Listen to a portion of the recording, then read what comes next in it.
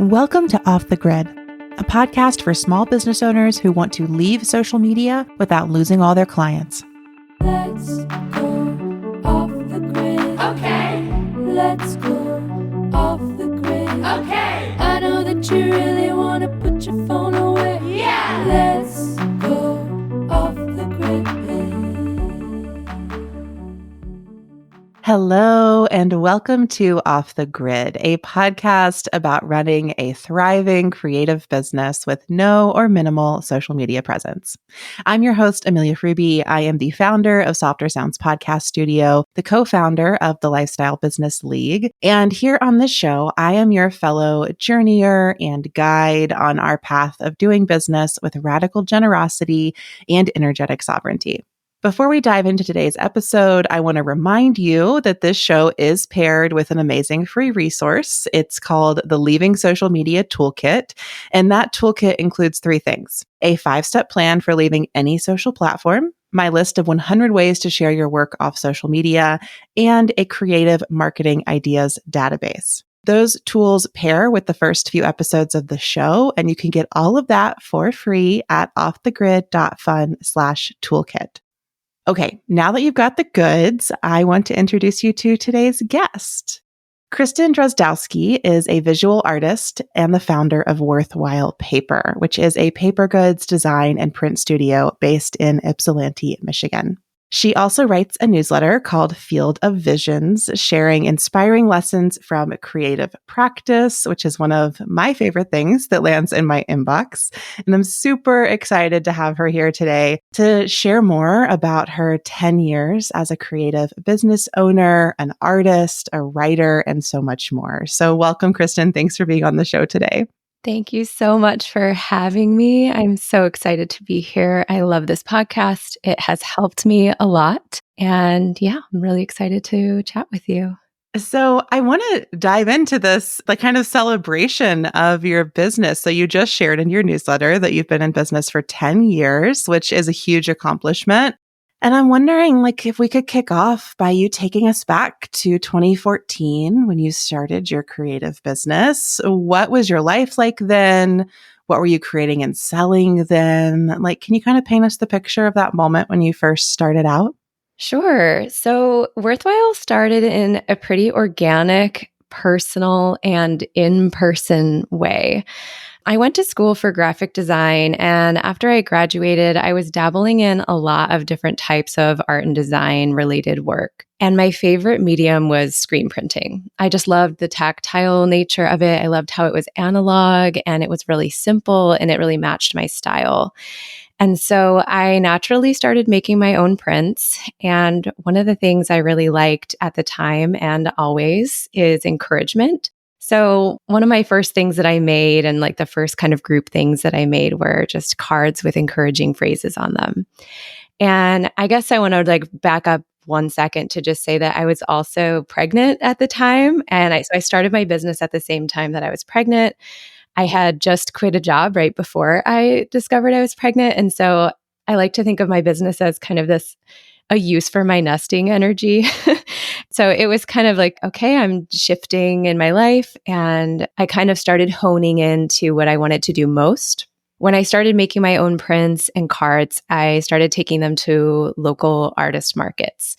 And that turned into I just loved the personal connection of being at the markets and hearing from people who they're going to give this to or why they like it. And connecting with people in person was really such a foundational part of the beginning of my business.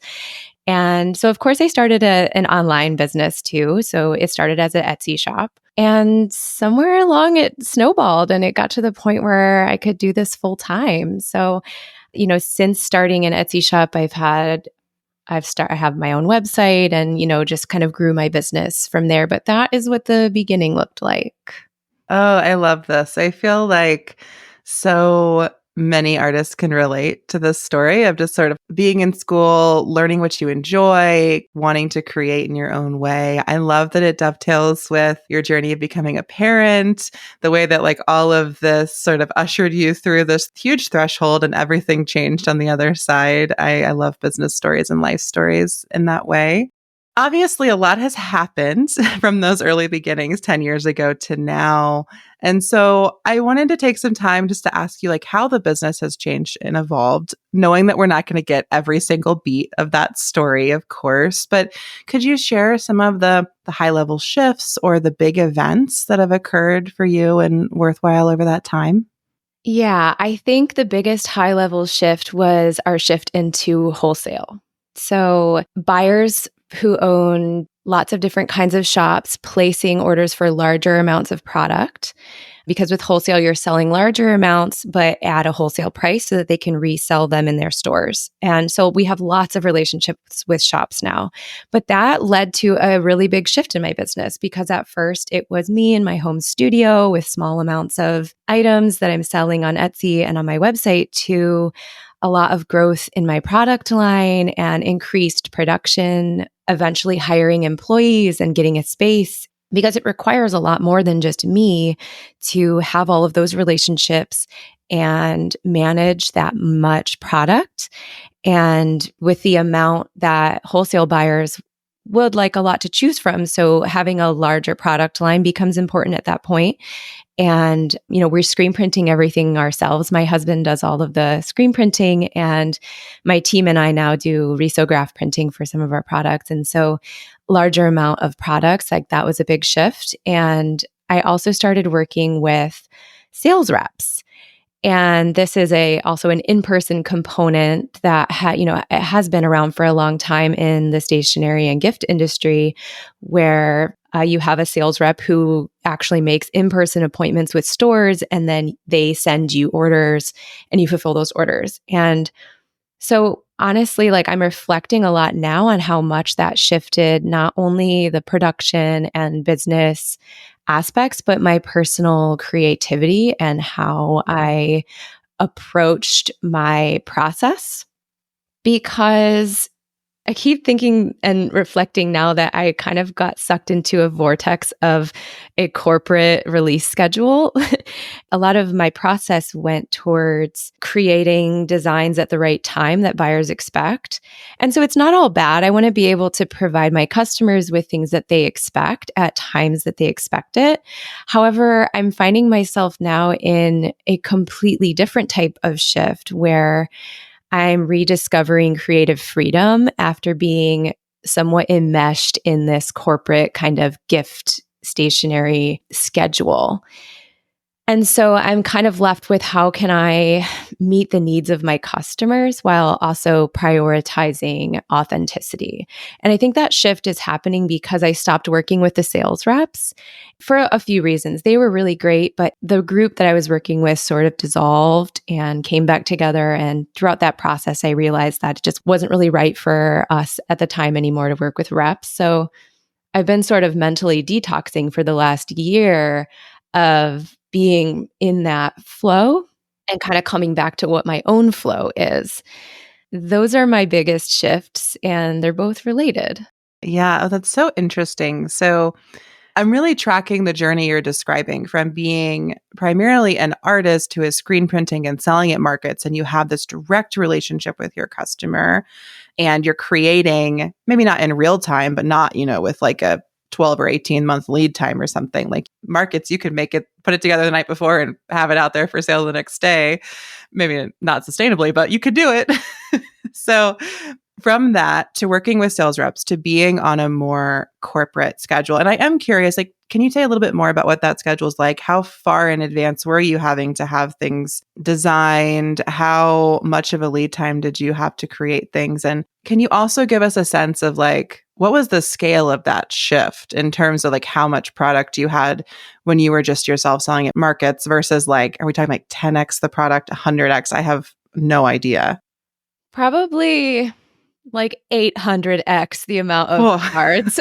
yeah, that's We a went lot. from printing maybe 100 and 100, 150 at a time to like 800 at a time. And scale wise, going from, I don't know, the 10 by 10 room that I'm actually sitting in right now, as that used to be my home studio, to about a 2,000 square foot building that houses all of our inventory. So, it's not as big as really like corporate level stuff, but it was significant enough to need a bigger space, to pay rent on a space. And to answer your other questions, you almost have to start designing things a year in advance. And the reps were asking, and the classic kind of schedule was maybe 6 months in advance. Like people would start ordering for holiday. They wanted me to have my holiday stuff available in May, which I personally think is not close enough, but some people will order then. But I find a lot of my customers will order in August for holiday. And so not feeling like I had to be so far in advance kind of brought me closer to being able to be in the zone with what was actually imminent in the future. Because if I was going to design for a holiday right now in February, I just am not feeling like that right now. The holidays are over now and I'm thinking about summer and spring. So that's the schedule and the scale that I was operating and kind of am operating in. I think that that's something that often we don't think about as business owners, or when we choose or think about the type of business, is that sort of living in the future and living in the present and how we want to coexist in those ways or collapse those timelines. And if I understand correctly, it's not like you didn't have your own clients throughout this period. So you're having to live in the future for these wholesale clients. And then you're having to be super present with your direct customers. And that's a lot to hold. And you're having to be a creative artist who is responsible for most, if not all, of the design in your company. So how did that feel in your body and in your creative practice? It was difficult because I would release my wholesale designs a lot sooner than it would even be relevant to show to my direct customers. And so it almost felt like an afterthought to share it with my direct customers instead of something that I'm really present with. So it can be hard at times. Yeah. And then from there, you are saying your relationship with the reps has shifted, their sort of structure has shifted, and now you've moved back to primarily selling through your own shop. And it sounds like less of a focus on wholesale. Is that correct? Well, I'm still focusing a lot on wholesale. It's just that there's not a middle person anymore, really. I have more direct relationships with my wholesale customers now, and it's mostly through an online marketplace called Fair Wholesale.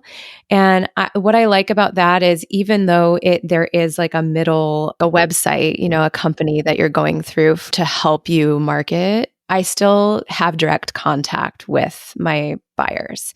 So I can still send them nice messages, or I can still follow up with them. Or if there's a problem with their order, it becomes a direct communication. And I personally enjoy that a lot better than having a middle person, where there were sometimes I just didn't even have the contact info for the shop that was ordering from us. And that starts to feel just a little bit not my style. Wholesale is still really our main source of work, but it's just in a different way now. Yeah, I have definitely heard of Fair. And it does seem like it's been a huge game changer in retail as an industry, the move from sales rep managed relationships to the sort of platform mediated relationships on Fair, where you do get to have those connections. I'm curious about your thoughts on this, but my kind of perspective on a product-based business is that there are some different paths. And what I admire about your work is you've taken multiple of them. So as sort of I am a visual artist and I make fine art and I sell fine art and I work with galleries, and my life revolves around my art practice. And I hope that I sell enough through these lanes to make money. And then there's sort of a product-based practice. It's I create products, I sell at markets, for some people, try to make those direct relationships all myself and make that work. And then there's more I make products and I have heavy focus on wholesale. And that's how I'm scaling to some degree. Do you agree with that perspective on the landscape? And what's your current mix of those things in your business? Yeah, it definitely is a mix. And I really like it because then I have a diverse array of ways to use my creative energy. And I'm not just putting my eggs all in one basket. And sometimes I'm motivated to do different things, or I'm inspired to do different things. And so working on a painting is such a different experience from working on a set of cards or a new guided journal or a project like that. So it feels great to have different channels to apply myself to. And yeah, that's definitely kind of ebbed and flowed because there was a period of time where I was just so focused on my wholesale line that I wasn't really putting my energy towards all of these other things around me that I could be. And so I'm coming back around to finding the value in having differentiation in the way that I make. And, something that really started tugging at me in the last maybe 5 years was the deep desire to create one of a kind pieces and things that didn't have copies made of it because I was doing so much of that wanting to just make one of something felt like, oh, I can add that to my experience. It doesn't have to be exclusively one way of making or one channel of making. I'm always thinking about how diversity benefits an ecosystem in our natural world and also in our business landscapes. I think that small business has been challenging over the past few years, but also always. But the most resilient businesses that I've seen are the ones who have multiple, revenue streams, quote unquote, but just are doing different types of things, a few different things in their business. And so when one is waning, another is waxing, and we're able to kind of like combine both in ways that suit your personal practice, like you're describing, and also that suit kind of what's happening in the world and in with the market, I guess I want to say quite literally, and we can lean in and out of things as we go.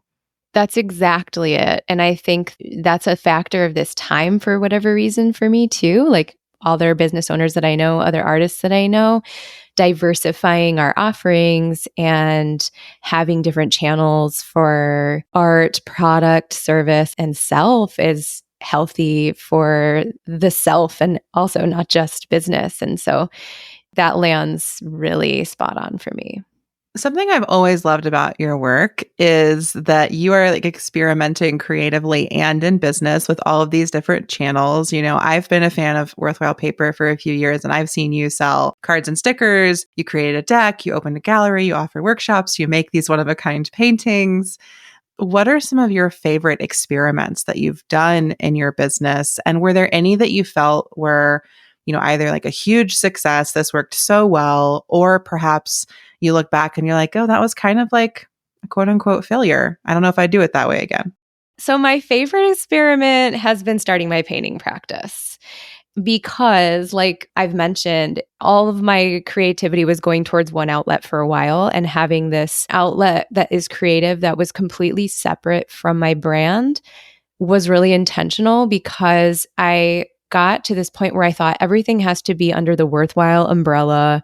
And if I were to paint something, it had to be the same colors or the same shapes or the same branded look. And I didn't want that. I really wanted to have an outlet to just make art for art's sake, for my own self, and keep it separate from my business in a sense, in my practice. And what I learned was that having that outlet actually fueled my business. Like now I have this fresh, unfiltered inspiration that has come from a different place within myself to then draw inspiration from in my work. It really surprised me how much that positively influenced. So that was my favorite experiment. And I remember it being really hard at the time because I thought, oh, if I'm taking time away from my business to do this creative practice, is my business going to suffer? Am I not putting as many hours in and all of that? But it ends up delivering a different kind of currency back into the work and all of the work. So that was my favorite experiment. And one that was a more of a failure or something that I didn't continue is really fresh for me actually. Last year, or maybe the year before, we had a lot of financial abundance. Our business did really well for years. The sales were always topping the year before. And it's been like that the entire time that I've been in business, except for this year. So I had all this financial abundance. And so I figured I had some play money to try to create a space and fund it myself that was a gallery and a project space for the community that I'm in. And the only way that this could work for me is if I paid for it. There was no politics. There was no funding. It was just so simple and clean. I'm funding this out of my pocket and I'm offering it, period. I'm not making any money from it. I just want to provide this gallery space for any artist at any level in any background in the community to use as their blank slate to either have an art show or run a workshop, or most people used it for art shows. And it was great. We had a lot of people and there was a lot of joy and a lot of play. And I loved it. But then it became evident to me that I didn't have the financial freedom that I had before. So my expenses and my profits no longer lined up in a way that made that financially feasible for me. A $475 a month rent payment isn't something that a lot of people can afford. For whatever reason, for 1 year, it looked like I could take that cost on and run it as an experiment. And it turned out that, finances aren't always linear and things aren't always going to be the same. So I don't want to call it a failure as much as I want to call it a learning experience. But it was one thing that it started and ended after a year. And the sad thing that I'm feeling is that it's almost like in order to truly support artists, you have to be at a net loss. Like you're not going to profit from supporting artists. But that is a belief that I hope will be debunked very soon, because I know that there's a lot of people out there who are supporting artists and being supported themselves. So it just didn't work out with the specific alignment of money and time and location for this experiment. But I feel like I have a lot under my belt now as far as facilitating a community space that I could bring to a future project. Yeah, thank you for sharing that. I love that we have in both of these, like they are experiments of abundance. One you kind of came to with fears of scarcity. So with your painting, like, oh no, what if I don't have enough energy, or if I have a limited amount? So if I take from here and put it here, that will have less. And you like discovered so much abundance actually. And then in the other, you come in a place of financial abundance and you realize that like, after a year, the same financial abundance isn't present energetically, financially, what it may be. And I think that it's so interesting, all of the different ways that we can come to supporting our own art practices and supporting artists in our communities. And I also really appreciate what you shared about every year you've been in business, it was growing until this year or last year. And it's just like, I think that's very real. And I'm wondering if you could say a little more about any realizations you've had around that or how you've processed it, because I am hearing from a lot of business owners right now that things are not growing as fast as they used to, are not growing at all, are declining or scaling back, and they're having to learn how to adjust. And for you, a piece of that was, okay, I don't have this additional money to run a separate whole space inside of my business. But I'm curious, like, have there been other sort of ramifications of that shift? Has it made you make other changes in your business and how you're proceeding into the year ahead? Yeah, it's just a very new experience for me, because for 9 years straight, I look at my bookkeeping and looking, oh, we've topped our sales from last year. Awesome. And just feeling really good. And so this time, just knowing that my sales were lower, my first strategy is just to really get a hold on my expenses. Like this year, my business intention is just no big expenses. Like I'm not going to pay for thousands of dollars for anything right now. So that's a new experience where I felt like I could just abundantly donate and spend for my business. And this year it's different. But before thinking, oh my gosh, this is going to be forever, it's going to go downhill forever, I'm reminded that not every business profits.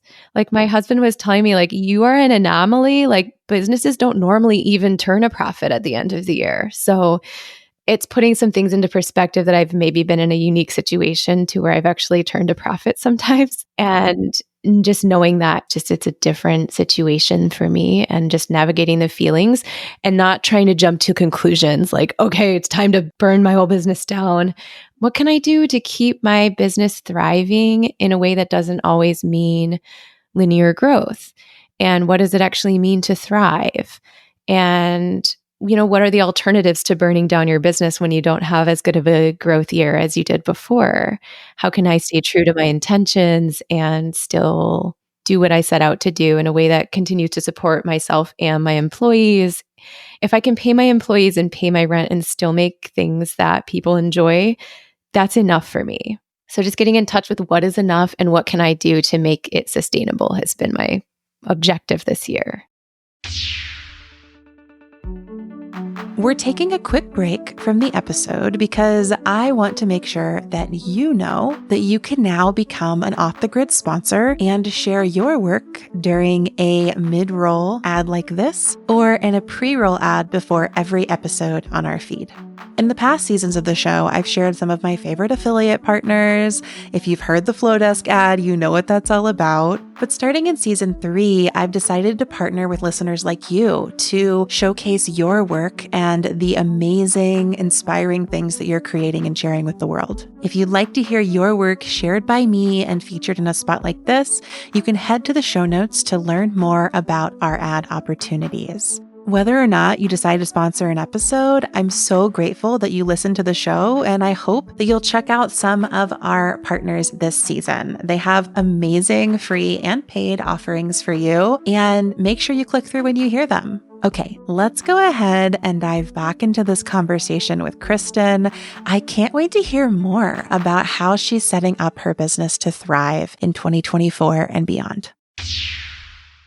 Part of the reason we're even having this conversation, I guess the whole reason, is because you replied to one of my emails, which is like my favorite thing in the world. But you replied to last season's episode that I shared about getting off of the online business escalator. And you shared that you have discovered over time that you're just much more interested in growing horizontally than scaling vertically, which is traditional business advice. So I'm curious, could you talk a little bit about what that means to you? We've definitely hit on those themes, but I'd love to just kind of like think about it a little more directly together, this sort of like horizontal versus vertical ways of doing business. Yeah, for sure. It's been on my mind so much. And that episode was so validating for me. You should have seen me listening to it in the car. I was like nodding my head and being like, oh my God, yes, finally someone is saying something that I'm feeling that I haven't really been able to say in that way. And yeah, for me, it's about being where I want to be, honing in on what my true intentions are, and like we've already discussed, the diversification of my offerings. And I definitely feel like I've experienced some version of the escalator. And I definitely feel like I'm getting off on the floor that I want right now. And kind of piggybacking on that analogy, it's like you get off at the floor you want, and then you have this whole horizontal plane to explore all of the different rooms that are around the escalator, assuming that the escalator is in like a large abandoned mall full of fun things that you like. And like, I also think about this from a plant being perspective as more of a large field to explore than one tall plant. Or maybe there is like one big tall tree, and now I'm focusing on the roots and the branches and the flowers instead of the height or the overall size of just that one plant. Even from a human embodied perspective, for me, it's not just like that I want to grow in one direction horizontally. It's more of a 360-degree plane.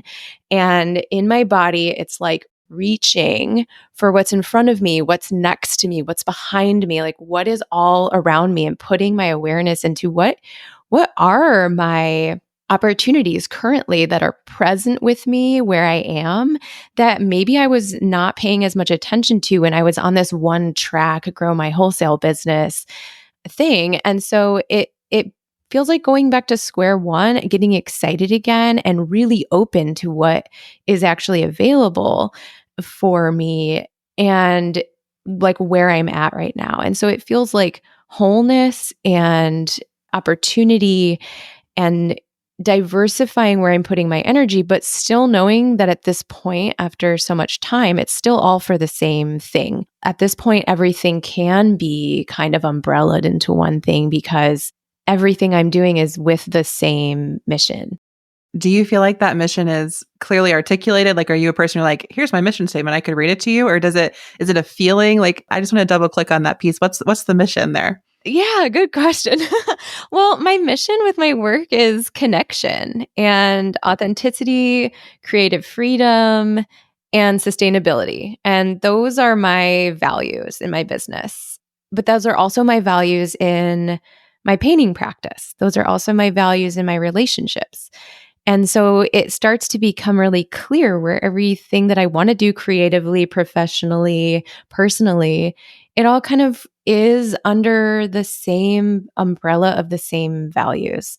So if that makes sense, it's not like one specific mission statement, but just like core values. I love that. I think these are all the ways that we kind of identify the landscape that we're working in and then sort of add like the texture and the richness of the experience of being creative people and practitioners.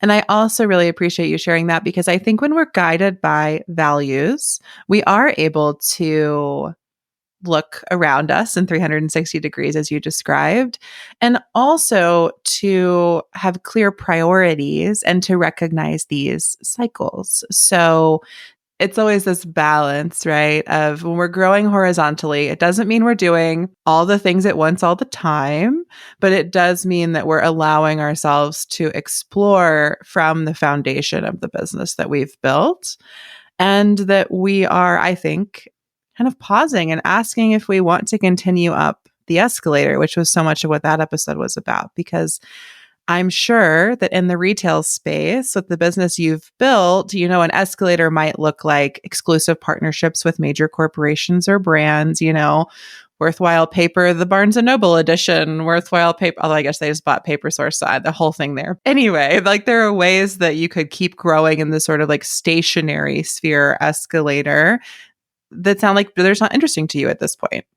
Right. Well, and this just brings up such a good point where there isn't just one way. Like, it shouldn't be like we are only growing vertically or we're only growing horizontally because there's seasons for this. Like I said in the beginning of our interview, I started out my whole thing dabbling in lots of things. Then I honed in on one thing and now I'm opening back up. It's kind of like cycles with flowers and gardening. And also, you get to choose. It's not like your 360 degrees is now you have to do everything within that sphere. It's like there's still autonomy and you can pick what you want to do.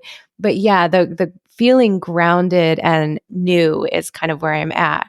But yeah, that would be the escalator for me, or outsourcing my production or having middle people and not having direct connections. And so that's where I think that I can stay where I am, but still grow. We're growing outwards instead of upwards, and that it can change over time.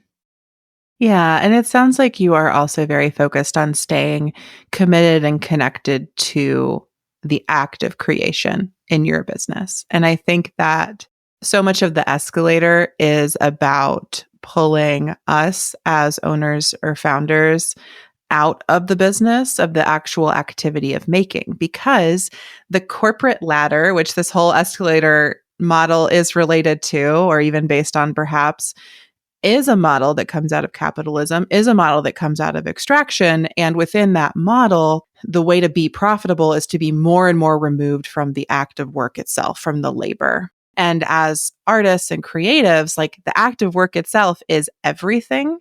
But when we combine art and business, we get taught that we're supposed to pull ourselves farther and farther away from the labor, which is the creation. And then we feel totally alienated from our art. And then how do you run a business based on your art if you're entirely alienated from it because you got stuck on this escalator that everyone tells you to take? Like it's such a trap. Yeah, it's delicate. Yeah.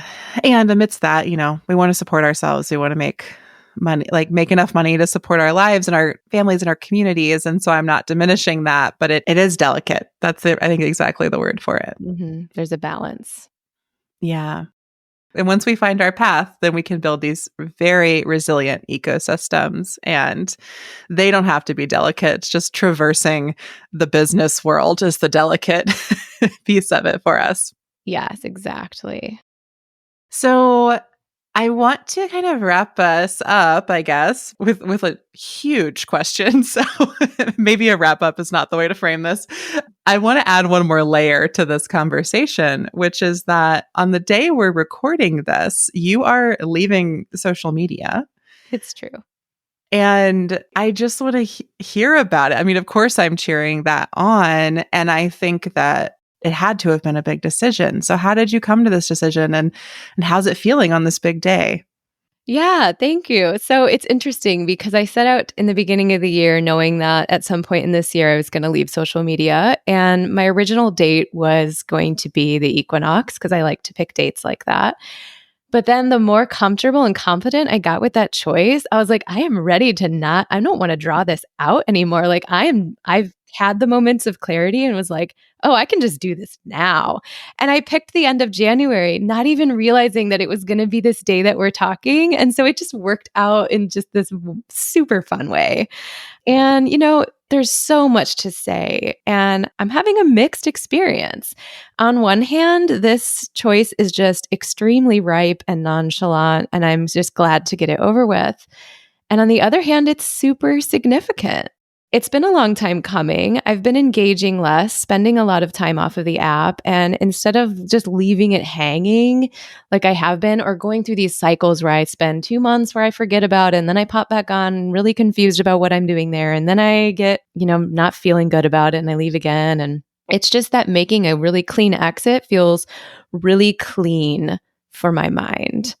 So I had these series of moments of clarity that made me really confident in this choice. And one of them was that for me right now, I'm more willing to deal with whatever happens being off of it than dealing with being on it anymore.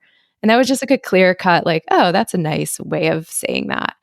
And, aside from simply not liking how it hijacks my time and attention, my choice centers on creative autonomy as one of my biggest values. And I feel like on the app, my creativity and my creative freedom and my creative autonomy was not something of value because we're told how to behave to get basically the basic function of the app met, which is connection and visibility and support, etc. And it just feels, we know it's like it can be a manipulative feeling. And since my work is so centered on well-being and creativity and joy, it really feels like it goes against my values to contextualize my work in a space that perpetuates the opposite of that. So, big exhale, because that just made me feel really confident in my choice. And personally, it also feels like I have this level of self-respect for myself that I shouldn't have to do something that I don't want to do or that I feel manipulated to do. I think that for a while I felt like, well, I have to be here because XYZ. And it's just not true. I just believe that that doesn't have to be true. And I know that some people don't have this kind of relationship with social media, so it's like vulnerable to share about sometimes. But I just don't like the feeling of feeling like I have to do something that actually makes me feel bad. Like, we shouldn't have to do something that makes us feel bad. And this is different than, well, I don't really want to do my taxes today. I shouldn't have to do my taxes. It's like, it's different because it ties into our personhood, it ties into our creativity, it ties into our dignity. And it's just, for me, I don't want to be a representative of an artist on that platform anymore. I would rather be a representative of a happy and successful person who is not on social media because that inspires me so much more. So I'm just willing to take the risks.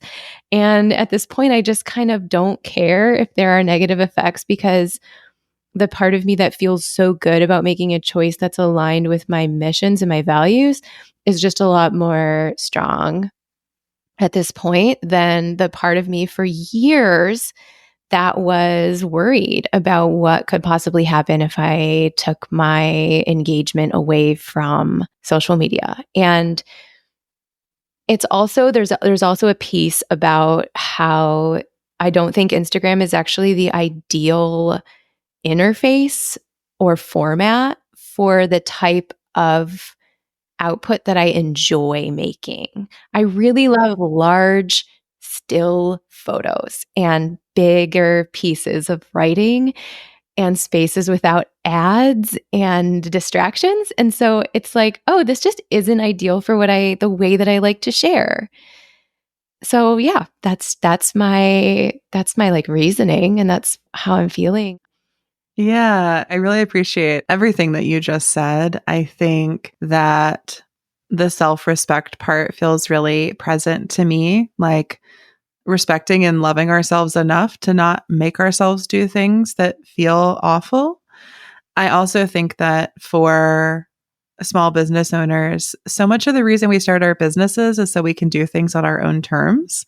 And then to get sucked into these platforms where we feel the opposite yet again, for me, like it just feels so bad. It felt so bad. And I was like, I'm not willing to do that anymore. And for me, it has represented a willingness to figure it out another way. And that's something I say on this show a lot. Like, yeah, you may take a hit in revenue for a while. You may have to do like a much more laborious marketing practice for a while. You may have to try a bunch of new things to figure out how you're going to maintain the level of success you've had if the app has been a big part of your practice. But like, I'm willing to do that work. Like, that's okay. I choose that because I am not willing to force myself into this sort of box I don't want to be in anymore. Yeah, that's exactly where I'm coming from. Like, what would you rather struggle with? I would just rather struggle with making changes than the same struggle of feeling like I have to be on this thing that I don't want to do and it's not fun for me anymore. I also think that I loved the piece that you said, like you want to be a representative of an artist who is not on Instagram. And I think that that's really important. I get a lot of pushback from people who want to say things like, well, folks who have already built a following can leave. And for those of us who don't have a following, we have to go there and get a following first before we could ever leave. I'm curious if you've experienced that at all or if you have thoughts on it. I have experienced that, and my thoughts are still processing. It's a different time than it was before. So people who are struggling to get traction on the social media apps, it's just, I can't relate because when I first started my business, I had a lot of traction and it felt really organic. And so I don't have advice to give. I wish I had some advice to give, like, here's how you can do it, blah, blah, blah. But I mean, for my own experience, all I can say is like, I've put in my time, man. Like, I've put in 12 to 13 or however many years into this. And like, as far as the pushback, I just want to say, like, I feel compassionate and understanding to how frustrating that could be for someone who sees a person with a lot of followers being able to feel like free enough to leave. And something I have to say is that I have 58 or something thousand followers on my Worthwhile Paper Instagram account, but my engagement is like a fraction of a percentage of that. I probably have like 100 or 500 people out of those 50,000 something that actually see or engage with my work. So I want to encourage people who are just starting off to say that like 500 solid followers or engagers like on your that's enough too, because that's all I have right now or had. And so numbers that have accumulated over time can be very deceiving. Yeah, I would agree completely. And I think what I would add, speaking for myself and this conversation, is that in any effort toward liberation, I think that the people with quote unquote more privilege in this instance. I'm not always convinced that a lot of followers is more privilege, but perhaps it is in some social currencies, certainly.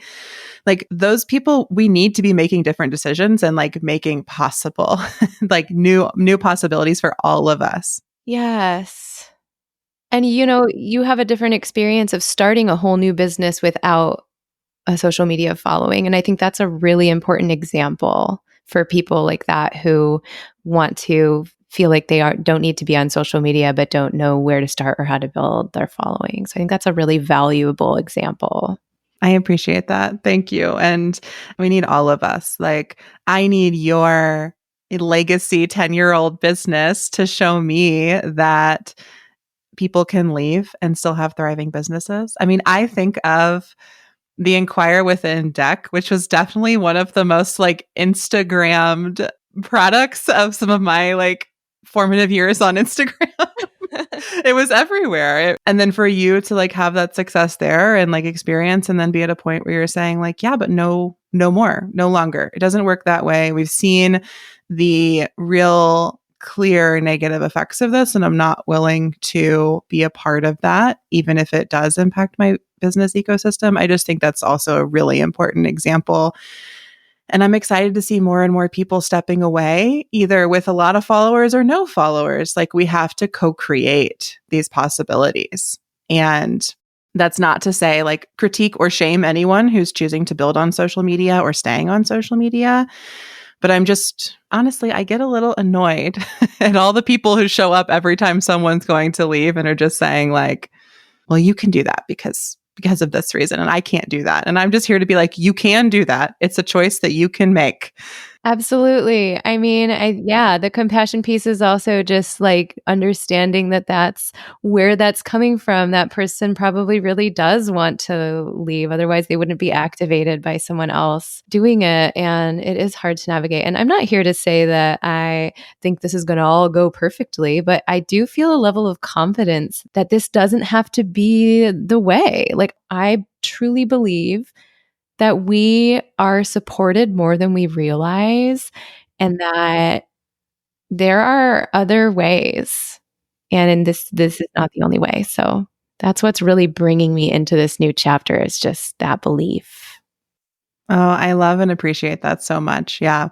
I feel like the pathways that seemed to guarantee success in the past don't work anymore. And we have to each be really creating our own path forward as creative business owners. And those of us who are actually enthused and energized by the creative process can step into that with that energy as we can harness it.